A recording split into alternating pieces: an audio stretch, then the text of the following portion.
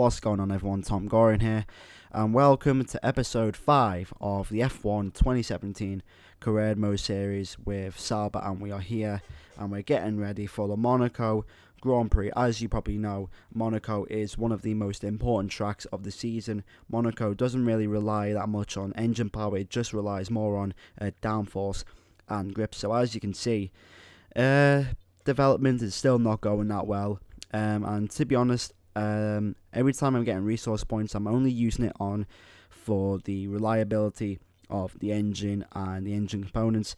I feel like when I max out the durability of all the engine components, so the energy, not the energy recovery system, the ICE, the MGUK, all the other engine components, then I feel like I'll probably max it out by season 2, but when I do, I'll probably start focusing more on the engine.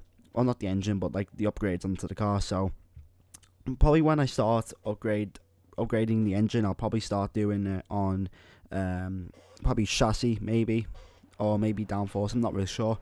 But anyway, we qualified in P9. Well, we originally qualified in P15, but I think there were grid penalties, so that moved us up into P9. So that technically is our best qualifying of the season by far, and plus also with Monaco, you always know that Monaco qualifying is the most important thing, since you really can't get by in the actual race. So it's P9, and it looks like Lewis Hamilton and Sebastian Vettel are ahead of us, so we're going to try to make the most of this race right now.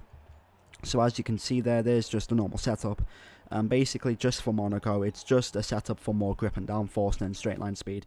But anyway, it's 5 red lights for the Monaco Grand Prix. Lights out. Away we go. That's Kimi Raikkonen ahead of us. Lewis Hamilton gets a decent start as we go down in towards turn 1. What's going to happen here? We make a bit of contact with Lewis. Can we get past Esteban Ocon? And I believe we don't, but we get the jump on Lewis Hamilton, and Lewis Hamilton will be very frustrated. Obviously, you know, Lewis Hamilton really loves Monaco. He's only won twice around here, back in 2008 and 2016. But anyway, we are ahead of him on track position, and it's going to take a long time for him to get past us as we dive down the inside of Esteban Ocon. Can we make the move stick? Probably not. And yes, we don't make the move stick. A bit of contact going in towards the corner before the tunnel. But that was a very decent start, and yeah, we are in P8, and if the race ends right now, and if the race ends the way it started, then we are on par to get our best result of the season. So hopefully we can get points on the board, but it'll be a long race. Obviously the Mercedes has got the Mercedes the Force India has the Mercedes engine, and of course the Mercedes car is the best car on the game by far, and we in the Sauber, we are the worst car in the game. So lap 1 is completed. Mainly the goal, like for the first couple of laps, is not to try and keep pace with Ocon, but to try and keep Lewis Hamilton behind. I haven't really shown you the championship standings yet, but Lewis Hamilton is way behind both Ferraris. I believe Sebastian Vettel, excuse me, has a 10-point lead over his teammate Kimi Raikkonen. Lewis Hamilton is behind by 40 points, so I need to keep Lewis Hamilton behind just for the sake of, you know, Lewis Hamilton not winning. But anyway, it's lap 5, and it looks like we're actually keeping pace with the Force India of Esteban Ocon, and we're slowly starting to get away from Lewis Hamilton as we lose the backhand there ever so slightly, coming down into towards Lowe's Hairpin, and now through Rasgas, well actually no, Anthony Rogues, and now on to lap 7 of 39. One lap goes very quickly in this game. Was it 117.8 is our best lap? So anyway, if you want to really overtake in this race, the main way to overtake is really by just doing the undercut. And anyway, lap 14, and we're getting held up by Ocon right now. We're majorly behind him. I feel like we got the pace, but like just with Monaco, you just can't overtake. You just can't overtake in Monaco. So And then we're coming down in towards the hairpin, and we lock up there, and we're going to make a move down the inside, just like we did in lap 1, and we don't get the move. We're going to go side by side with Ocon. Can we make the move stick into towards the tunnel? And it looks like we do, but it's going to be side by side. Ocon versus us in the tunnel. We have to lift off there, and Ocon gets position, but we're going to go down the inside. Can we make the move stick without crashing? He cuts the corner, but no, we can't. So, coming through Raskas, and he's going to try and undercut us, but we're going to follow him into the pit lane. And as you can see, our tyres, they're really starting to go, 47%. And I believe Ocon has some damage onto his front wing, so if we can get a error-free pit stop, we should come out ahead of him. Going to put on the super soft tyres, and there we go. We are ahead of Esteban Ocon with 34 laps to go of this race. Actually, no, it's 24, isn't it? Yeah, 24. Well, now 23 technically. But now we are behind Danica Kvyat. And now, 1 lap later, we need to see where Hamilton is. I think Lewis Hamilton has undercut us since we were held up by Danica Kvyat. There's Lewis Hamilton in the pit lane. Do we get the jump on him? No, we don't, unfortunately. And that is a shame. That is a shame. We don't get the jump on Lewis Hamilton.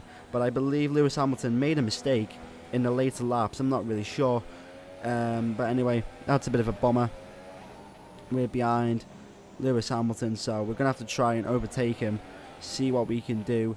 We're going to go down the inside. That is a very rash move. Can we make the move stick? And yes, we do. We barge Lewis Hamilton into the barriers. I am so not sorry for that, and that is P10 in the bags for us. So anyway, on to lap 21, and that is Massa coming out the pit lane.